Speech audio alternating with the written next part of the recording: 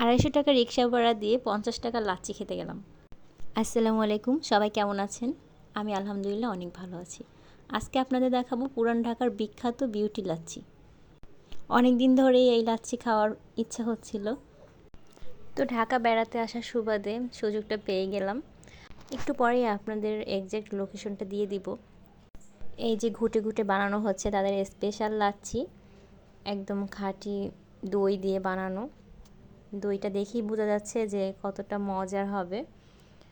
আর ওদের এখানে স্পেশাল একটা লেবুর শরবতও পাওয়া যায়, তো আমরা দুইটাই ট্রাই করব, দেখব কীরকম মজা। ওনাদের এখানে অনেকগুলো শাখা আছে, আর লাচ্ছি যে মানুষ এত পছন্দ করে, এত এত ভিড় করে লাচ্ছি খাওয়ার জন্য, সেটা এখানে না আসলে বুঝতামই না। দেখলাম একসাথে ওনারা অনেক লাচ্ছি বানিয়ে রাখতেছে আর শরবত বানিয়ে রাখতেছে, একটু সময়ের মধ্যে সবগুলোই শেষ হয়ে যাচ্ছে। এটা হচ্ছে পুরান ঢাকার নাজিরা বাজারে।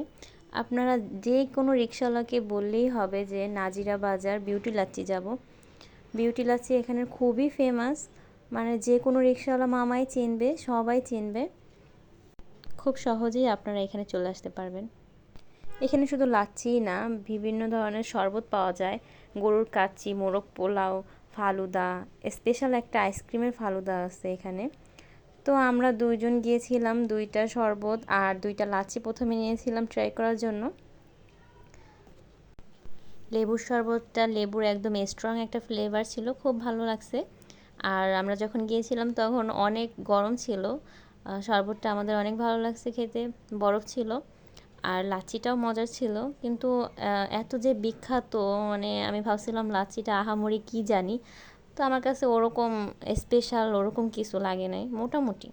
আমার মনে হয়েছে দইটা মানে আরেকটু ঘন করে দিলে হয়তো ভালো লাগতো। এটা আর কি আমার আমার মনের কথা, অন্য সবার ভালো লাগতে পারে। অনেক বেশি বরফ ছিল, ভালো লাগছে, কিন্তু অত বেশিও ভালো লাগে না। এর থেকে আমার লেবু শরবতটাই বেশি ভালো লাগছে।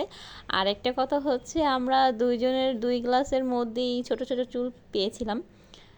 ওটা আমরা তাদেরকে বলিও নাই, কারণ কেউ ইচ্ছা করে এটা করে না, কাজ করার সময় পড়ে যেতেই পারে। তারপর আমরা ওদের ফালুদাটা ট্রাই করছিলাম, এটা খুব মজার ছিল।